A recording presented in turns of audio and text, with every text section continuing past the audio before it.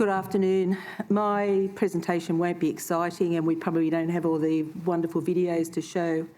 But it's today, my intention is to share a snapshot of minimising risk in the workplace and work experience. A major focus for the Lismore Diocese is the prevention of accidents in the workplace. This presentation is an example of a couple of preventative measures we've put in place over the years. Newman Senior Technical College has over 400 students in the workplace every week, not to mention the other schools in the Lismore and Armidale Diocese, increasing the probability of an accident or an incident. In addition to work placement, our concern is for those students not enrolled in VET and going on work experience. Do they have the same work preparation, safety, understanding, etc.? We assess risk every day in our lives, often without even realising it. For example, imagine a parent up in the middle of the night to tend to a child and walking through the living room in the dark, and suddenly a piercing pain in their foot halts them as they stumble over pieces of Lego in agony. In this situation, the parent has identified the hazard, assessed it as a high risk and implemented a mitigation control for the future, that all Lego must be put away at night. To effectively protect our students, it's crucial to understand their unique needs and characteristics. At ages 16, 17 and 18, they may lack the maturity required for certain workplace environments. Having spent most of their lives in classrooms sitting, listening, resting, they often lack the experience of moving around, let alone working in an industrial setting. This lack of industry experience can pose significant risks. Employers need to be aware that there's a difference between students undertaking VET work placements and those who are work experience students. Go to work placement and my work experience are both mandatory for all our students to complete, and they must provide a certificate before they can go out on the workplace. So I work with the WHS team in our diocese, and we've categorised the risks associated with each VET course and implementing procedures to ensure the safety of our students. Students attending work experience in these industries are required to understand what activities they can and also what they can't do. Our VET students complete work health and safety, we all do that, and also go to work placement. To supplement the mandatory work experience program, our work experience students, particularly those in year 9 and 10, must also complete sessions of preparation, including risk identification, before attending their work experience.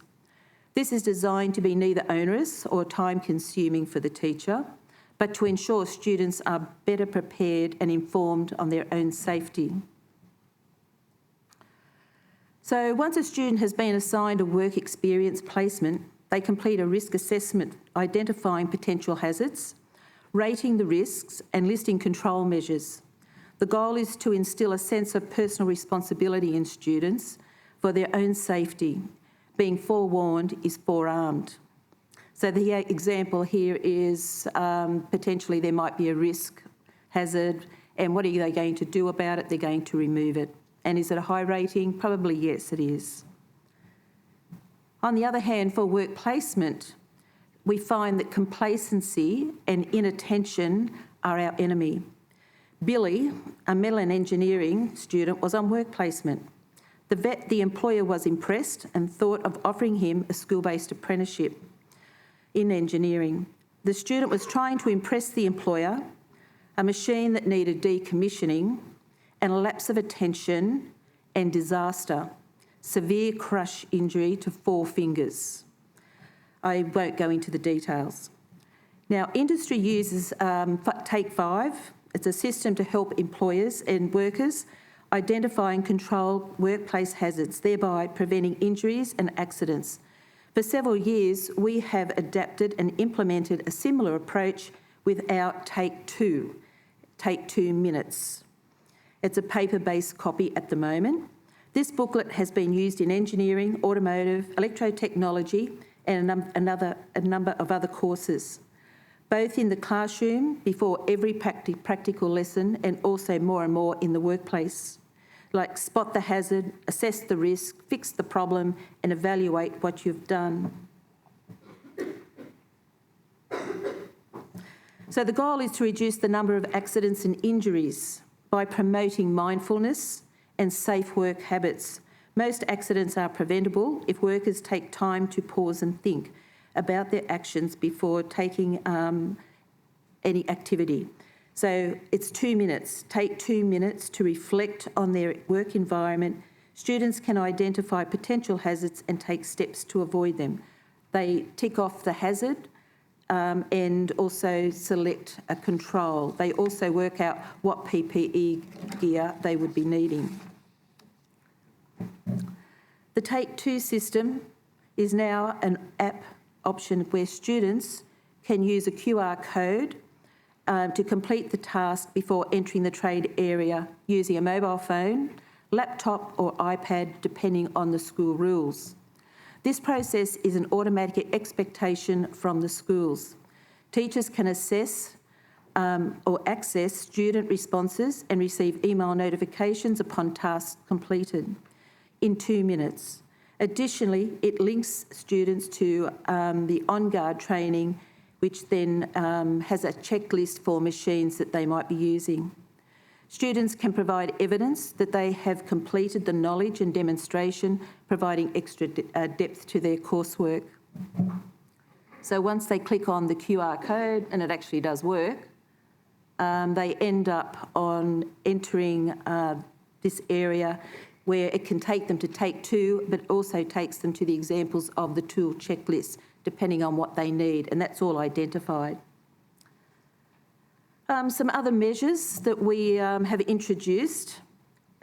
We have teacher training, providing insights into risk and safety of students in the workplace.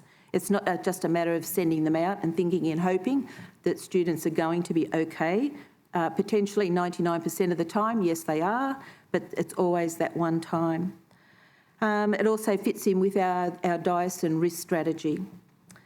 Also, we're working the concept of the safety passport at the moment. It's in concept stage. Students will be issued a passport that displays the modules they've completed. They will inform employers of the tools, equipment and machines that the students have been trained to use, and as opposed to not being trained to use. So, in conclusion, keep it simple, don't get overwhelmed by ending up doing nothing. Thank you.